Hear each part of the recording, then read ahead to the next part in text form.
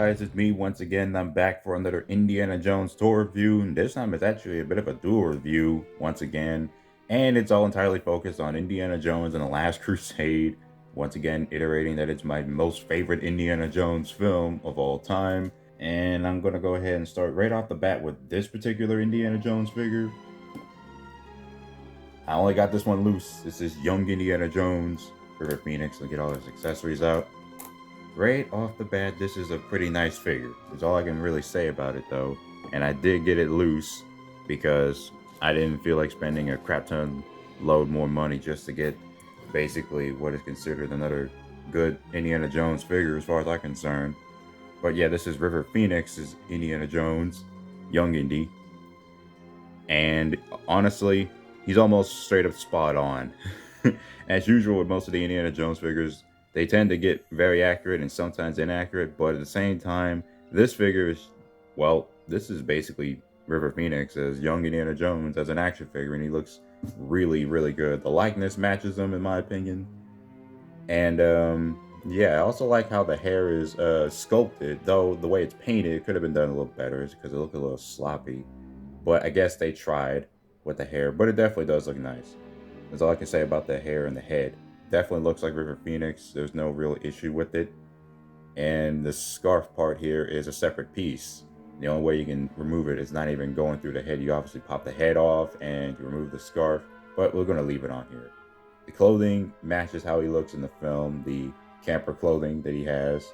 And he has the cross sculpted on him, which is a strange little thing, but it's kind of nice at the same time because it's nicely detailed and nicely painted on there too. Because the relic that he comes with is an actual cross, the same cross on his belt over there. And I don't actually have the relic box that it comes with, just the relic in general. And this is the same relic, and it's pretty much out of scale. And yeah, so overall, looking at every little bit of detail of the figure, it just matches how he looks from the film, and the colors match as well. Overall, just a really good looking figure. I really am impressed with this figure. It's like at first I had a little bit of issues with this figure before even getting it, but can't help but really just be impressed by how good this figure looks. Just overall, a pretty nice figure. And he comes with a bullwhip, which I did get his bullwhip, and I always liked the way this bullwhip looked. It's got that red handle paint on there, supposedly red, like it is in the film, and he can fit it on. It does feel like it's a little shorter, but he does fit the bullwhip on nicely. Sometimes, when it doesn't want to fall off. We'll go with that. And it did come with a snake, and this is one that he was supposed to be holding right in front of his friend when he's not really afraid of snakes at the time until he becomes afraid of them by falling into a pit. And it's a nicely sculpted snake. It's got some of the same scaly details as you expect, and I think there was a bit of like an airbrush on there. I'm not sure. That's probably on the camera, but it's basically all the same color, just one color. I just really do like this figure, and that's all I gotta really. Oh, don't want him to trip over. So all I gotta really say about this one. Just gonna put that in the side and the cross. So anyways, the next figure I'm gonna go ahead and review, which again, this one is I was really excited to look at. Retro Collection, Last Crusade Sallah. Out of all the figures that never got a Last Crusade variant back in 2008, it's Sallah. And it's really good that they released a Sallah figure from Last Crusade. I just feel like it was really a great opportunity that they finally did it. Even though it has to be in the form of the Retro Collection, I just kind of wish there was a 2008 Sallah figure from the Last Crusade, because we only had one for Raiders of the Lost Ark. So it's just overall really freaking great that we got a Sallah figure in the Last Crusade form. Just in any shape or form, I'm just fine with it. And not to mention, it's just a really nice looking figure overall, simplistic looking design, and I absolutely love the package design. I mean, it's the same as the standard Raiders of the Lost Ark packaging as we looked over on the German mechanic, but this time it has the Indiana Jones of the Last Crusade text and an image of Sallah from the Last Crusade looking very cool. And got the Kenner logo there, and then you got the back, which showcases the only Indiana Jones Last Crusade figures from the Retro Collection wave, which is Indy with the Holy Grail and his satchel with a tie and a gun, no bullet for some random reason. Sir Henry Jones Sr. with only his umbrella, not with a suitcase or the Grail diary. I don't know why that's the case. And Sallah, who comes with a gun. let's go ahead and take this figure out of the package. Okay, so here is Retro Collection Last Crusade Sallah out of the package. Overall, a very simplistic looking design based on the 80s. Basically a figure that was never made in the 1989 release of the film because, again, they just decided to avoid the toy department for the Last Crusade, which is very disappointing. So the only Last Crusade figures we ever had from 2008, and now we have at least 3 more Last Crusade 3/4 inch figures in the Retro Collection wave. And I kind of wish they did make more. We should get a Donovan and a Marcus Brody and quite some more. But Hasbro seems to be so limiting on these dang figures. And of course, since I don't know if it has anything to do with the sales or whatever the heck the case may be, but Hasbro just really keep dropping the ball sometimes. But I'm just happy regardless that we have at least some figures from this toy line, especially ones that we never had back in 2008. So anyways, this is Retro Collection Sallah. Here's a head sculpt. Basically, it should be able to look like John Rhys Davies in the form of an 80s toy. Like, yep, that definitely does look like him. I can see the likeness.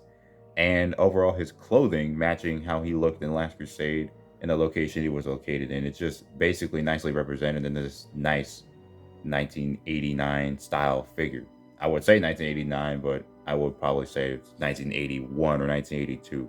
Because again, they never made any Indiana Jones counter figures after Raiders of the Lost Ark, but this is still nice overall. Also, that weird distracting number on the back could have just easily been painted like or sculpted on there somehow, but I don't know.